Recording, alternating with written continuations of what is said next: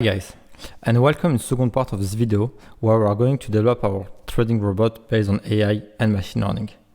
But just before to start, I just want to cover with you 2 points. First of all, I just want to tell you thank you very much because the community is steadily growing, and for me that's just so much surprising. I never expect just to have like 1,000 followers, and today we are like more than 1,500 and more than 2,500 people on my online course, which is something unbelievable.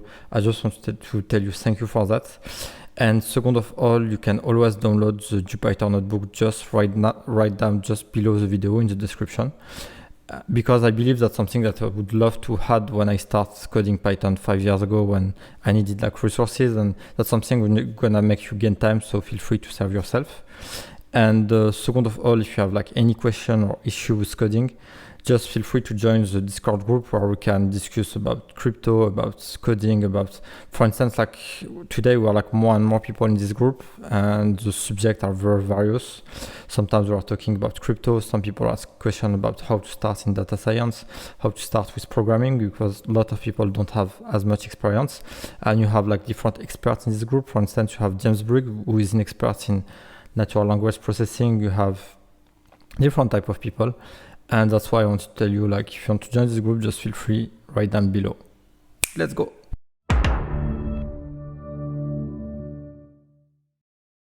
Hi guys. Just before to start, let's define what's gonna be the plan of this video. We are going to start by making a quick recap of what we have seen during the video 1 out of 3. I know like it was planned to be 2 videos, but because the content is so heavy, and I don't want to lose people. I know if I do that in one video, like not all information gonna be shared, and that's why I prefer to take my time and to go very deep into the explanation and the mathematical intuition behind. So what's the plan here is to take max 2-3 minutes to make a recap of what we have seen last time during the video 1 out of 3. Once we're gonna have made a recap, we are going to go through the plan in terms of coding that we are going to do. Essentially, that's going to be divided in 3 steps. The first step that we are going to do today is indexing values plus adding variables to our models. That's going to be like some variables which is going to be necessary in order to have a robust machine learning model in order for us to have the best trading result. I'm going to go into details why I'm going to choose these specific variables. Little bit more of data cleaning, but more importantly, that's going to be, we're going to cover a little bit of data processing, data architecture. Essentially, I'm going to explain you how to choose the data, how to divide our data sets in order to give to the AI or to the machine, whatever how you want to call it, how to give it the best model as possible, the best model design as possible. And again, like this video can be used is for 2 reasons. First of all, for profit perspective is in order for you to make profits, and second of all is also, for instance, if you are at university or if you want like a career change in finance, you can just follow this step, and that's like a step-by-step process on how to develop a machine learning model. Okay, and so we are going to develop the plan in 3 parts: index plus add variables, cleaning, and then that's gonna be define our output.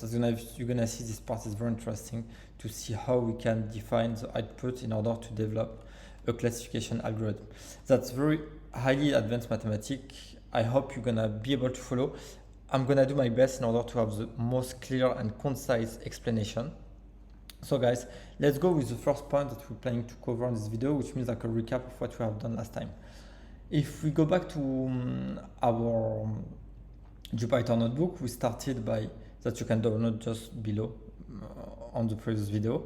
We started by importing different libraries. The first one was pandas and numpy for data manipulation. We are going to use plotly for data visualization. We are going to use Yahoo Finance in order to import our market data in live, because that's important to have good output in order to have the most performing model. We are going to use Talib as technical in order to get our technical indicators. It's going to be a shortcut. Instead of doing mathematics manually, we can just like use shortcut. Like for instance, if you go on the RSI part, on the RSI you will see that we got RSI in one line of code, whilst mathematically speaking you will need much more time. Okay, we explained that we need Talib, and at the end, like the machine learning libraries that we are going to use, super vector classifier. I'm explaining you everything. I explained you last time every single library that we use and why we are going to use that, why we are going to need confusion matrix and classification report, for instance. Okay, so we start by defining the library that we need. After that, we went through the how to get live market data in coding, which means like we are going to use Yahoo Finance. Here we are going to use Tesla during one day with an interval of 1 minute, and we got our data. After that, we plotted the data for Tesla, and for instance, we got like different ways to to focus, like here in the dictionary. Again, like I would probably like make like a series of videos of data visualization, but in the future, like I have like other plans for this channel at the moment, but that's something which is key, like for everyone who want to success in data science. Data visualization is key, is so important. You can't even imagine how much data visualization is key, like, and how much that can super boost your career if you are good in terms of data visualization. Yeah, like, okay, let's think about it later about data visualization and how we can solve this issue. Okay, after that, we start by cleaning one of the columns, because in the column volume, like sometimes when you are on live data, you can have like a volume of 0 because the data are not updated. That's why we are going to ask to the algorithm to remove all the rows where we had a volume of 0. After that, what we have done, we have calculated our RSI column, and we have plotted RSI and checked the correlation with the market, which was very interesting to compare RSI with the market. Okay, let's continue. Now that we got our RSI, and let's go through our plan, which was to, first of all, to go and to index value plus add the different variables. The first variable that we are going to use, okay, let's go and let's take a black background. Okay, the first variable that we are going to use is a simple moving average. That's a variable that I'm using for instance, for the death cross vs golden cross that I'm using in my live crypto session. After that, once we're gonna get a simple moving average, we are going to use two different indicators that I love using. The first one is called Parabolic SAR. That's not the most well-known, but that's something which is very interesting to use, and mainly for machine learning model, because essentially the Parabolic SAR are gonna give you the market reversal, which means like at which point does the market reverse. And you will see, for instance, if you try to plot it, you will see like that's literally plotting a reversal each time that the market going above or below. Once we're gonna get our Parabolic SAR, yeah, let's take a look of the Parabolic SAR prepares you like the graph. Yeah, essentially there is like that's going to follow the market, and it's going to draw when the market is going below or above. Similarly here, like once you cross it, the market is going to reverse and to tell you, okay, now you should just check above the low and or above the high values. And in terms of calculation, that's something which is not the most complicated, but that's still very interesting to use. Yeah, okay, that doesn't give more information right here in terms of calculation, but essentially that you are just based on how the market is moving. As soon as you're crossing your values, you are going to get your signals. Okay, it's here. Yeah, but I'm going to use it for the market reversal, and it's going to give a very interesting information for the algorithm. Essentially, what is the goal now is just to give as much variable as possible for the algorithm to be the most robust possible. Here in this example, I'm going to use 8 different variables. That's going to be 5 different technical indicators, plus that's going to be like some extra variables that I'm going to develop afterwards. And yeah, but in your case, for instance, if you're at home, you can just like fill the algorithm with much more variables than 8. For instance, if you want to fill it with 20 variables, you're gonna get a more powerful algorithm, but in terms of calculation time, that's going to take more time. That's why, for instance, in statistics, what we are using sensitivity analysis before to get a variable and to add a variable into a model. We are going to do a sensitivity analysis. For instance, the Sobol test is something that I was using very often when I was working in London for Deloitte Banking and Capital Market. It was something that was very interesting to use in order to get what are the variables the most sensitive, on which variables the model is the most sensitive. So simple moving average, parabolic SAR, and ADX, which is average directional index. That's slightly different. That's something which looks like on the first sight little bit. This can remind you of the RSI, but that's slightly different. And that's also something that I have noticed, that the machine learning model are very sensitive to this variable. That's why we're gonna add these 3 variables, these 3 technical indicators to our model. So the first one that we're gonna use is the moving average, the MACD, and plus on top of that we are just going to calculate the correlation that we have with the market. I'm just going to copy and paste up. 1 second.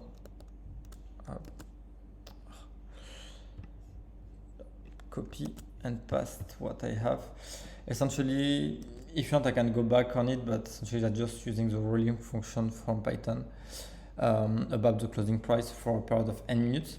The variable n have been set up here, which means like that's going to be a period of 10 minutes. Here n equal 10, and here we are going to use the shift, which is a window of 10 minutes. We are going to make the calculating the average over the last 10 minutes, and we are going to set up this value, and we are going to after that just calculate the correlation between the moving average and the market, because that's just going to be an extra weapon to the model. We are just going to give him, okay, at this moment we have this simple moving average and we have this correlation with the current market values. Okay, and after that we are just going to add ADX and SAR. I'm not going too much in depth. You can make your own research about it. Again, we are just going to use talib.sar, and like for the ADX we are going to let me take a look if we have the calculation for the ACX. Yes, perfect, we have the calculation. Essentially here what we are going to do, we are going to use to define the number of periods that we are going to use. Here, for instance, they chose to use 14 periods, but here what that's going to be, for instance, in our case, because we are using 10 periods, it's going to be 10, and here it's going to be prior ADX times 10 plus current ADX, and that we are going to divide by 10. 9 plus 1 divided by 10, because the n in our case is 10, and that's what we are going to use right here. 10 period equal 10 period, and not 14. But for instance, you can easily switch to 14 and try to optimize it. I'm going to take 10, but I could have taken 14, and that's how you can proceed by iteration in order to find the best model for each case. For instance, here we are trading on Tesla, but yeah, that's gonna be up to you to choose which one you want to use. Okay, so I have to put it in lower cap. Okay, 1 second. Control C, Control V. Okay, run. Perfect. Okay, now if we look at our data set DF, you will see that we have 4 extra variables. We have the SMA, simple moving average, the correlation between the SMA and the market. For instance, here we have like a correlation of 26%. Here we have a correlation of minus 35%, which means that's going to give the information to the algorithm that okay, we have the SMA, but that's totally not correlated to the market, which means you have to be careful when you are going to take into consideration this value.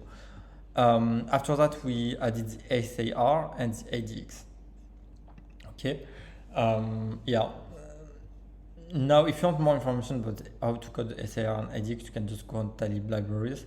I just want to go quick through this part, because the most interesting part is going to be how to define an output value and how to design your data set in order build the best AI and machine learning model. Okay, now that's done, we can continue to the next step. Okay, up we have added our variables. What we're gonna do now, one thing that I like to do when I draw a machine learning model for trading is to add the previous minute OHLC. OHLC means open, high, low, and close. So what we are going to do here in this example, we are just going to pick up the OHLC from the period of time with a shift of 1, which means like for the first line, for the first row, you're going to have 0 value because you have no value before. And we are just going to put this value here in order to give, essentially that just in order to help the algorithm to what we say in finance, to sense the volatility of the past thanks to the past time period. Okay, let's do it. That's very easy with Python. Essentially, we are just going to use the shift function. Okay, let's execute. Up, we have used the shift function. And now on top of that, we are just going to, let's take a look at the data. Up. Yes. Okay. As you can see, like these values have been reported here. Previous. We are going to, like, that has no sense to use the open price because you have it here. But yeah, what we are going to do here, just like reporting the values in order for the algorithm to have like the information. Okay, that's what we have done. Now we have like our 3 columns, and what we are going to do, we are just going to make to calculate the difference between this period in order to give to the algorithm by how much the market have moved in between these 2 periods. Okay, let's do it. Let's that's very simple. What we're going to define, we are going to define a column that we are going to call DFOO and say DFOO equal DF open price minus DF. Essentially, that's going to be the difference of open price minus DF open dot shift 1. This must be good. Okay, and we are going to do the same for between the opening and the previous close price. Up. OC. Up. Open and DF open minus DF. Previous close. Essentially, that's again, it's just a way in order to sense the sensitivity. That's something very easy to do because there is like different indicators that are very complex. Here we just 2 small calculations that can give to the algorithm the sensitivity. Essentially, how does that gonna look like on something more general? Essentially, that's gonna be something like, okay, we have our initial data, which means like open, OHLC, open, high, low, and close. We are going to add technical indicators which are like RSI, MACD, moving average, etc. Plus on top of the moving indicators, we are going to add the previous value, which means like when that's gonna see the difference. Let's say here that's moved by 24 and here that's moved by minus 12 USD, here that's moved by plus 48 USD. And what that's going to give to the algorithm, like the algorithm, thanks to these values, is going to have a sense of the volatility, how volatile is the market. If you have like -2, -3, plus 55, like you're gonna catch that something is happening. Because if you have just the values, the algorithm is like not gonna be able to catch sensitivity as much good. That's just something that I noticed over time from building machine learning model, that by using these small tips, you can just like skyrocket your performance. And I remember the first person who told me that, it was when I was working for BNP Paribas in Brussels. I was building stress tests on their assets, and it was my previous manager who gave me these tips. And that's something which is very interesting to use. Okay, now that we got that, we can go to the next part, which is to calculate the return. So going back to our model, what we have done so far, now we have indexed our value, which means like now what needs to be done. We have done the little bit of cleaning. which means that's done.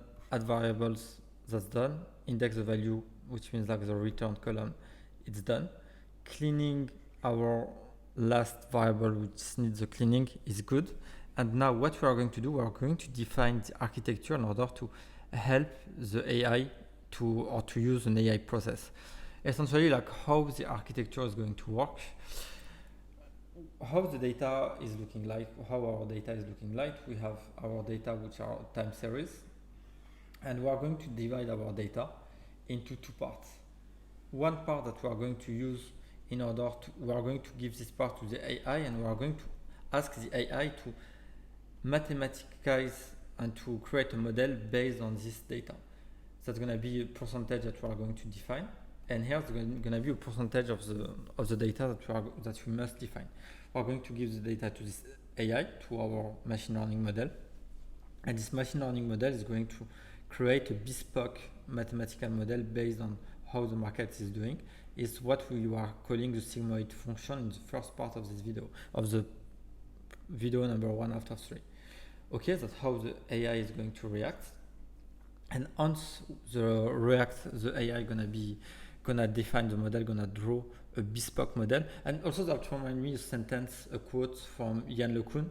He said, "Never a human gonna be able to modelize better than the machine." And that's something which is very, very, very interesting from my perspective. And that's why, like, now we are going to let the machine modelize, and by giving to the machine a certain percentage of the data set. And on the second part of the data set, and this part of the data set we are going to call train data set. I'm going to give you a link below the video, like very nice link where everything is explained, and that's like a 2-minute read articles, and you're gonna love it. That's explained very clearly on what is the difference between trained dataset and test dataset. So, and the second part of the dataset, we are going to use this model is going to be built by the machine, and we are going to bring this dataset within this model and check if the output is right. Essentially, like, we are going to check if the model is going to take the good decision. If that's not right, what we will do, we will need to work on the parameters, but that's going to be seen in the video number 3. We're going to have to work on the parameters to change some different rules. We can change, like, let's say, the number of pairs that we are using in order to get the best precision for the model. And we are going to work by iteration. But how the architecture is going to be defined? Essentially, we are going to divide our dataset between training and test dataset. But you always have to keep in mind that you need to have enough data to train your model and enough data to test your model. In this case, we are going to use 80%, 20%, but that's completely up to you, because let's say we have 20% of the dataset to test our model, which means, like, if you take the number of rows, we have 390 rows. So it's going to be something like 20%, 30, that's going to be 78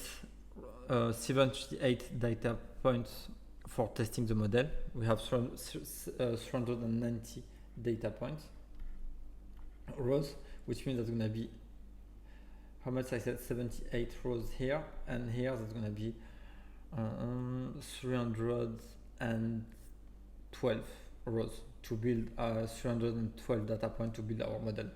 Let's say if we're on a case like, as you may be aware, more you have data here, better gonna be the model, and more you have, but you need also enough data in order to judge the model. Let's say if you take 90% of data here, we're gonna have just 39 data points in order to tell if our model is good enough or not. You will see that it's not enough. That's why we are going to take at least 20%. You can go to 30% because we don't have so many data, but like, but 70% you're gonna have less data in order to train your model. That's important to train your model. But let's say if you're on a case where you have like more than 10,000 rows, you can go on a model which is gonna be 95-5 ratio or 99-1% ratio. Yeah, that's just gonna be depending. But the thing that you must be aware of is, like, more you get data here, and better gonna be the precision. The precision gonna be increased. but you also need enough data in order to be able to judge your model if that's good enough to go for live trading. So that's why here we are going to use 20% and 80% for the training data set. Okay, so what we are going to do, we are just going first of all to just create like a split function that we are going to define like we are going to type t equal 0.8, and what we're going to do, we are going to type split equal as an integer that's going to be t times the number of rows that we have in our data frame and let's print split in order to check that everything is okay. Execute 295. Okay, perfect. And if you look at okay, if I take a look at length tf, that must be except if some rows have been removed, or I'm bad in mathematics. 369. No, okay, that's fine. That means like, yeah, the data set, if you print the data set, that's a little bit lower. Yeah, we have 369 rows. That's why the value is slightly different. Like some rows have been like removed during the data cleaning. Yeah, it's when we have did a drop NA, we lost 20 rows almost. Yes, 21 rows we lost. Okay, cool. So now we have like the limits, like you know that we are going from row 0 to 295 when we are going to split our data. So now, okay, let's put a title up, heading. Let's call it data architecture. Boom. Okay, perfect. And now let's define. Okay, let's put a heading. Let's define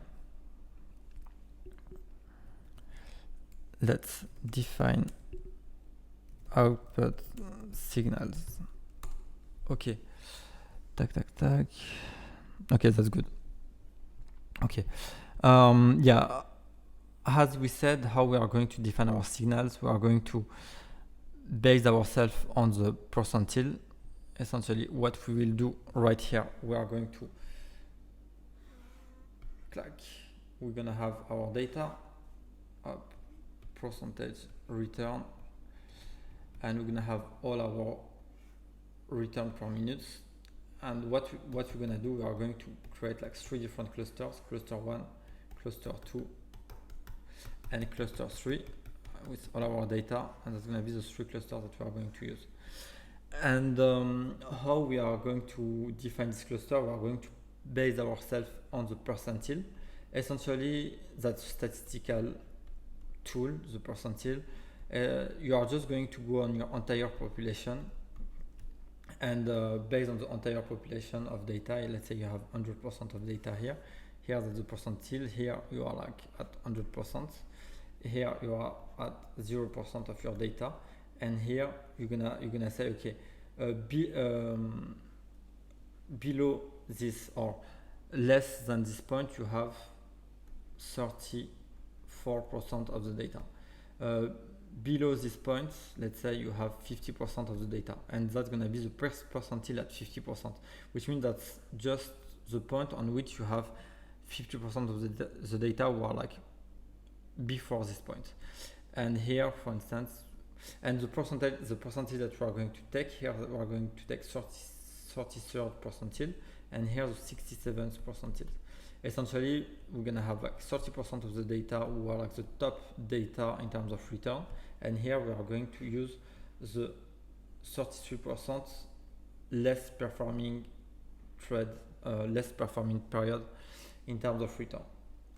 That's how we are going to define our output signal. Okay, let's go back on our model and define it. So we are going first of all to just like say df. We are going to create like a column which we are going to call signal, and we are going to set up a 0 everywhere. Df signal equals 0. So up equals 0. And after that, what we're gonna do, we are going to assign values for we are going to select the values when we have like when we are on the either the left percentile like 33% or on the max percentile, which means like 66%. Okay, let's start with the lower percentile. Okay, we're gonna type df.lock up, and in between we are going to type df return. We are going to select when we have our return up value, and in the dataset we are going just to choose from 0 to split, which means like we are going to just cover the we are just going to cover the training dataset. That's why we have created the split function before, which means like you are going to create your output signal, but just based on the 295 first rows, which is just based on the training dataset. Okay. Dot quantil, that's the function which is already in Python, and we have to type quantil equal 0. Okay, let's start with the value of 1 up. We're gonna need to, yeah, okay. Okay, 1 second, yes, okay, yes, forgot to do something. We have to say, okay, when the, okay, that's the quantile of 66, which means like we have to say when the df return gonna be above the df return above the value of 66, which means each time that we're gonna have like a return which is above this value of 66, that's gonna be equal to 1.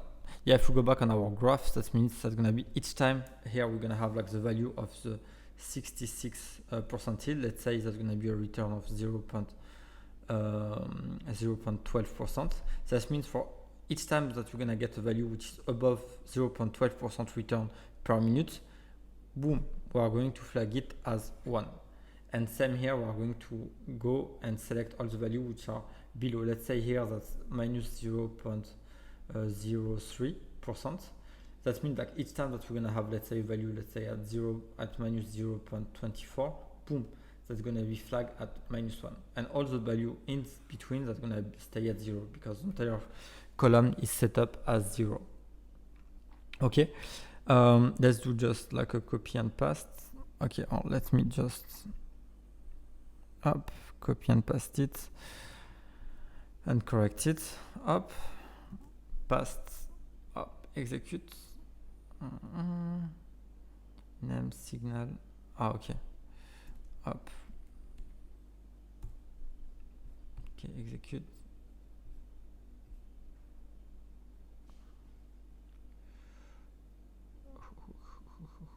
Okay, something is wrong.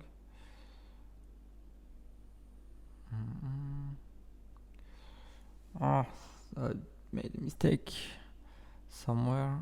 Up. Okay, can't get a mistake. Let me just copy and paste it. It's maybe easier. Probably. Up, paste, execute. Okay.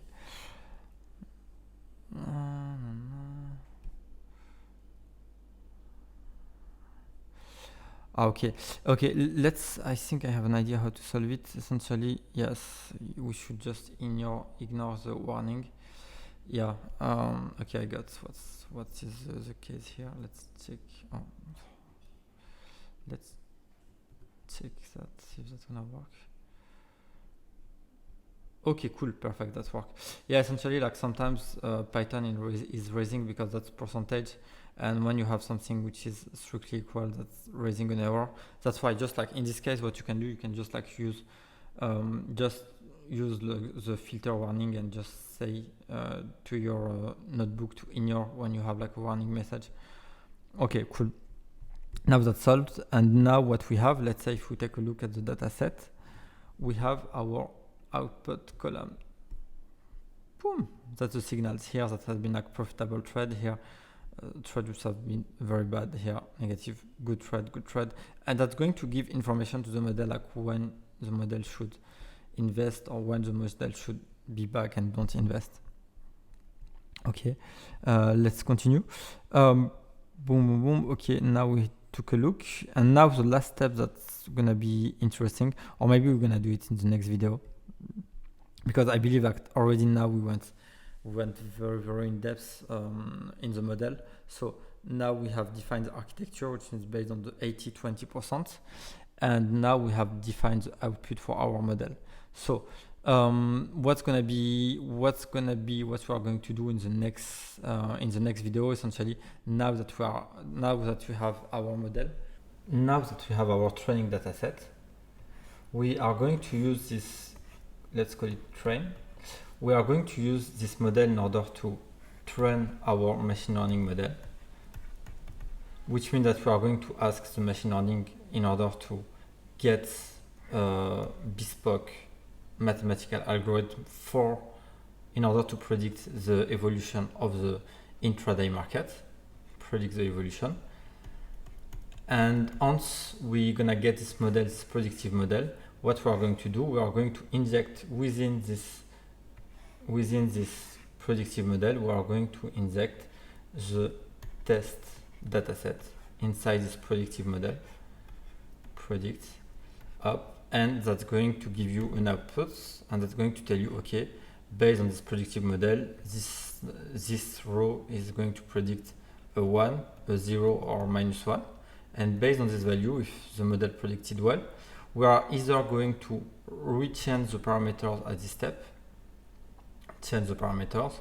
Otherwise, if we are satisfied, we are going to take this predictive model, and after entering the live data in order to check how this predictive model, live data inside this predictive model, and we're gonna check how this predictive model is trading in live and give you the indication. So I'm very excited for the next week. We have done, I believe, if I take the full code, we have done roughly 80% of the work. I think the next video gonna be probably like 30 minutes long extra. We are almost done, and for people who have been able to follow, that's really cool. But this algorithm is very, very, very nice. And again, just before to quit, I just want to thank Quantra for partnering this video. That's very nice platform which proposing different courses about algorithmic trading. I'm going to put a link into the description where you can join their course. Like they have like different courses about algorithmic trading. They propose introduction to machine learning, Python for trading, reinforcement learning in trading. They have multiple courses. They have some free course as well. That's why I'm going to give you in the description some free course that I found out on Quantra, and afterwards you can also go further about some machine learning or some algorithmic trading course on their platform. I just want to thank them for partnering this video. That's my first that's my first partnership, and I took a look at their course. I can tell you that I really like it, and feel free, and just if you go through this course, just feel free to use the link below, because I'm gonna get a small percentage fee, and it's gonna be cool for me, and yeah, it's gonna help me to develop the channel. Okay guys, see you. I'm gonna probably like be working on other projects that I have with clients, which means like I will not send the part 3 next week, but the week after, in 2 weeks, that's gonna be released. Okay guys, enjoy the end of the day. I don't know what time is it in your country, and see you soon. Bye.